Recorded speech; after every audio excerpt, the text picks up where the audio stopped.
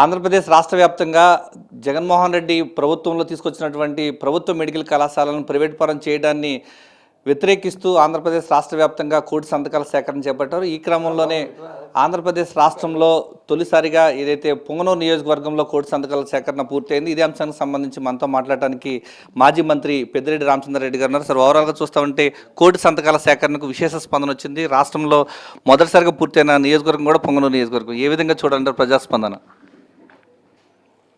ఈ రాష్ట్రం మొత్తం మీద పొంగునూరు ఒకటే కాదు, రాష్ట్రం మొత్తం మీద చాలామంది శాసనసభ్యులు, సమన్వయకర్తలు నియోజకవర్గాల్లో, అసెంబ్లీ నియోజకవర్గాల్లో చాలా వరకు 99% ఇప్పటికే కోటి సంతకాలు పూర్తి చేశారు. మా నాయకుడు చెప్పినట్లు 5వ తేదీ అవన్నీ కూడా జిల్లా కార్యాలయానికి చేర్పించే కార్యక్రమం చేస్తూ ఉన్నాం. ఆ తర్వాత నిర్ణయించిన తేదీల్లో గవర్నర్ గారిని కూడా కలవడం జరుగుతుంది.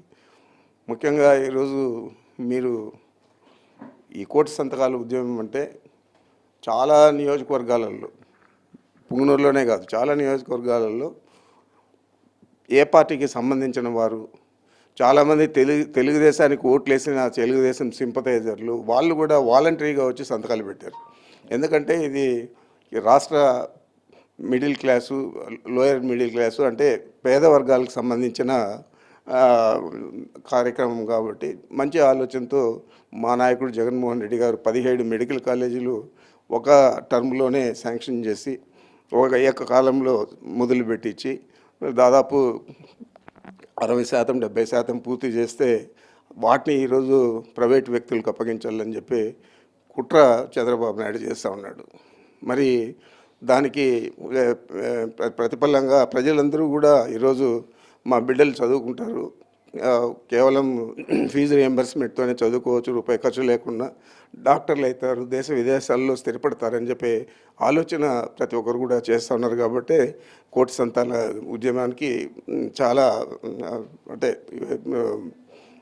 అందరూ ముందుకొచ్చి పాల్గొని దాన్ని విజయవంతం చేయడం జరిగింది.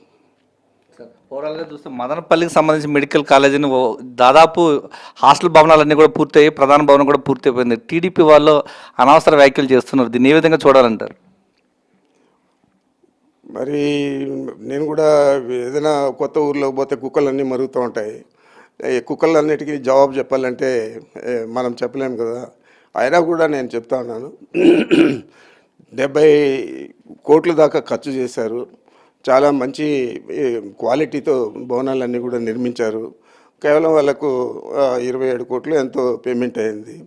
మరి ఒక బిల్డింగ్ చేసే వ్యక్తి ఎవరికైనా డబ్బులు ఇవ్వాలంటే ఎంత పర్సెంటేజ్ ఇస్తారు?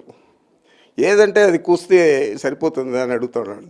ఇలా మొరగడాలు ఎక్కువ, మీరు చేసే అవినీతి చాలా ఎక్కువ. చిన్న నాయకుడి నుంచి సర్పంచ్ కంటే కింద ఉండేవాడి దగ్గర నుంచి ముఖ్యమంత్రి దాకా మీకు ఇదే కార్యక్రమం, చెప్పేది ఒకటి చేసేది ఒకటి. ఆ బురదంతా కూడా తెలుగుదేశం పార్టీ వారి బురదంతా కూడా వైఎస్ఆర్ కాంగ్రెస్ పార్టీ నాయకుల మీద, మా నాయకుడి మీద, మా మీద చల్లడం.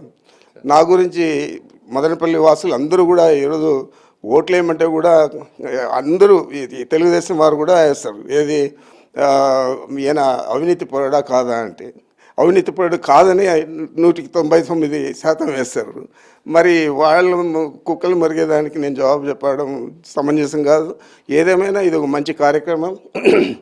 ఈ మెడికల్ కాలేజీలన్నీ కూడా ప్రభుత్వమే పూర్తి చేయాలా, పేదలందరికీ కూడా ఉచితంగా డాక్టర్లే అవకాశం కల్పించాలని చెప్పి నేను మనసారా కోరుకుంటున్నాను. Thank you sir. ఆంధ్రప్రదేశ్ రాష్ట్ర వ్యాప్తంగా ఇది ఒక ప్రభుత్వ ఆధీనంలోనే ప్రభుత్వ మెడికల్ కళాశాల నిర్వహించాలి, ప్రైవేటు పరం చేయడానికి పూర్తిగా వ్యతిరేకిస్తున్నామంటున్నారు మాజీ మంత్రి పెద్దిరెడ్డి రామచంద్రారెడ్డి. మదనపల్లి మెడికల్ కాలేజీ విషయంలో ఓవైపు 70% పూర్తయినటువంటి పనుల విషయంలో సర్పంచ్ స్థాయి కంటే కింది స్థాయిలో ఉండేటువంటి వ్యక్తులు చేసే విమర్శల పట్ల ఆయన స్పందించాల్సిన అవసరం లేదంటున్నారు. ప్రధానంగా అనవసర వ్యాఖ్యలు చేయడం కాదు, తాను ఏంటనేది మదనపల్లి వాసులకి కాదు జిల్లా వాసులందరికీ తెలుసని చెప్పి మాజీ మంత్రి పెద్దిరెడ్డి రామచంద్రారెడ్డి చెప్తూ ఉన్నారు. కెమెరామెన్ ఎల్ఐతో విజయమూర్తి, సాక్షి టీవీ, తిరుపతి నుంచి.